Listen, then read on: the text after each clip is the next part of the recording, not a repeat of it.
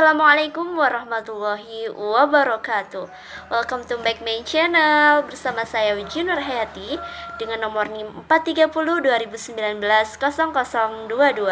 Di sini saya akan membahas cara cerdas dan efektif dalam memecahkan masalah dan mengambil keputusan untuk meningkatkan kinerja dalam sebuah organisasi. Video ini dibuat untuk memenuhi tugas UAS mata kuliah Problem Solving and Decision Making yang diampu oleh Bapak Mustalik Alwi. Tahun 2020 mungkin menjadi salah satu tahun yang cukup berkesan bagi sebagian orang. Secara mengejutkan, sebuah virus yang sangat berbahaya, yaitu virus COVID-19 atau yang sering kita sebut dengan virus corona, menyebar dengan cepat ke seluruh penjuru bumi. Banyak negara yang terkena dampaknya. Dunia pendidikan tak lepas dari serangan virus ini. Tanpa banyak persiapan dan bayangan, para pelajar bahkan juga mahasiswa dipaksa untuk melakukan pembelajaran jarak jauh. Tak sampai pada titik ini itu saja, satu hal yang mungkin terlewat dari perhatian banyak pihak, yaitu kegiatan organisasi di dunia pendidikan juga terkena dampaknya. Salah satunya yaitu organisasi yang saya ikuti, yakni Lembaga Dakwah Kampus Fathil Ar-Rasyid IAIN Salatiga. Problem. Selama masa pandemi, perasaan dominan yang dirasakan saat situasi dan kondisi organisasi secara online adalah lebih sulit dan sedikit membosankan dilakukan daripada keadaan normal, di mana organisasi online dirasa kurang memberi dampak terhadap para pengurus-pengurus LDK Fathil Ar-Rasyid, terlebih pengurus baru yang mencoba memulai mengikuti organisasi di kampus. Banyaknya keluh kesah mengarah pada pelaksanaan kegiatan yang tertunda atau belum mendapat kepastian akan tetap dilaksanakan atau tidak, sehingga mengakibatkan pengurus merasa kurang berkontribusi dalam sebuah kegiatan organisasi yang dilakukan secara online.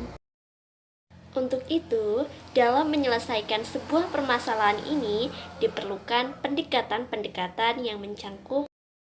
Untuk pendekatan-pendekatannya, yang pertama, analisis situasi, yang kedua, analisis persoalan, yang ketiga, analisis keputusan, dan yang keempat, analisis persoalan potensial.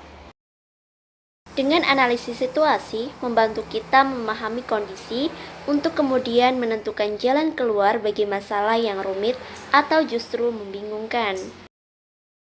Sedangkan dengan adanya analisis persoalan, membantu kita untuk mengidentifikasi mengapa kesalahan atau permasalahan itu terjadi. Analisis keputusan membantu kita dalam memilih sebuah keputusan. Langkah terakhir untuk analisis persoalan potensial membantu kita untuk membuat perubahan atau justru menerapkan rencana baru. Setelah kita tahu, mari kita evaluasi dan selesaikan satu persatu mengenai permasalahan yang sedang terjadi. Dari permasalahan yang dibahas sebelumnya, bahwa banyak pengurus yang merasa kurang berkontribusi dalam sebuah kegiatan organisasi yang dilakukan secara online. Jelas, hal ini memiliki masalah yang kompleks karena memiliki banyak sebab dan akibat. Sebagai langkah awal dalam menyelesaikan masalah ini, kita bisa menggunakan metode analisis situasi. Analisis situasi akan menghasilkan identifikasi masalah terkait kurangnya kontribusi para pengurus. Dari hasil analisis ini, penyebabnya ialah karena masa pandemi yang membuat pengurus malas dalam mengikuti kegiatan organisasi yang dilakukan secara virtual. Meski sejumlah teori mungkin dikemukakan mengapa para pengurus malas mengikuti kegiatan organisasi secara virtual. Disinilah analisis persoalan berperan. Alasan dari beberapa pengurus karena jaringan internet yang kurang memadai. Adanya ketidakstabilan jaringan dan teknologi sebagai penunjang interaksi, akibatnya kegiatan yang mengarah pada komunikasi antar pengurus menjadi terhambat karena mengalami gangguan teknis. Komunikasi dirasa menjadi sedikit terganggu, tidak senyaman, dan semudah ketika dapat bertemu secara tatap muka. Hal ini dirasakan banyak pengurus LDKFA yang menyebabkan kurangnya ikatan atau hubungan satu sama lain antar anggota mencangkup pada keterlibatan internal dan eksternal dari kegiatan organisasi LDKFA. Langkah yang ketiga yaitu dengan menganalisis keputusan. Setelah penyebabnya ditemukan, kita perlu membuat langkah-langkah pemecahan masalah dan memilih tindakan dari alternatif pilihan yang ada. Maka, perlu diadakan forum diskusi antara sebagian pengurus dengan pembina LDKFA, dosen, dan perwakilan mahasiswa dari tiap angkatan untuk mulai melihat titik bijak yang sama dalam menanggapi dan menghadapi situasi sekarang ini. Dari pihak kampus, fakultas, maupun organisasi LDKFA mengajak untuk saling bekerja sama membangun tali komunikasi antar ormawa. Dari pihak kampus juga melakukan tindakan untuk memberikan subsidi kuota untuk para mahasiswa agar kuliah online maupun kegiatan organisasi virtual bisa berjalan dengan lancar. Langkah yang terakhir itu dengan menganalisis persoalan potensial. Dari pihak universitas dalam merespon kegiatan organisasi secara online dengan memberikan subsidi kuota itu sudah baik dan benar. Dengan begitu, mahasiswa bisa menggunakan kuotanya untuk kuliah online maupun mengikuti kegiatan organisasi secara virtual. Karena komunikasi yang baik menjadi hal yang paling penting untuk kenyamanan dan kelancaran organisasi secara online. Komunikasi yang baik tidak harus selalu komunikasi secara formal, namun komunikasi yang informal juga diperlukan saat ini. Dengan komunikasi secara informal akan menjadikan suasana lebih cair dan santai sehingga setiap anggota tetap akrab meskipun tidak bertatap muka secara langsung. Dalam komunikasi tersebut, setiap anggota juga perlu menyampaikan kendala dan hambatan yang dialami saat ini agar jalan keluarnya dapat dicari bersama sehingga tidak menghambat jalannya organisasi.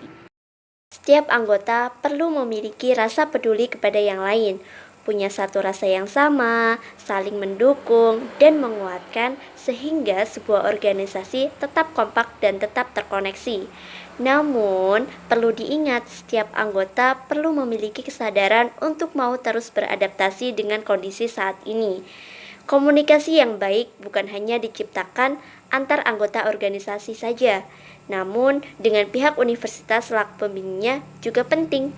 Hal ini akan memudahkan organisasi dalam menyampaikan kendala-kendala selama organisasi dilakukan secara online, sehingga universitas juga dapat membantu mengarahkan dan mencari jalan keluarnya.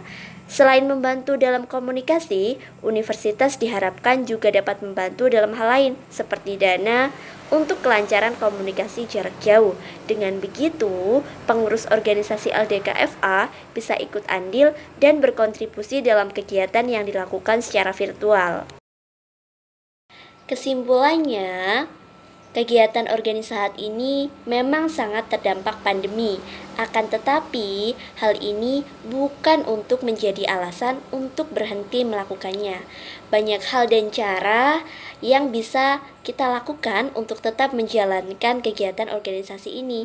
Memang tidak akan senyaman dan semudah sebelumnya. Namun, kita harus bisa beradaptasi dengan kondisi yang saat ini yang mungkin belum dapat diprediksi. Berorganisasi dengan cara yang baru diharapkan akan memberi sebuah pembelajaran untuk kedepannya. Tetap membangun dan menjaga komunikasi yang baik menjadi suatu hal yang penting, karena dengan komunikasi yang baik, setiap kendala akan tersampaikan dan setiap tujuan dapat dicapai bersama. Kiranya cukup sekian video yang dapat saya sampaikan, kurang lebihnya mohon maaf. Wallahu muwaffiq ila aqwamit thoriq. Assalamualaikum warahmatullahi wabarakatuh.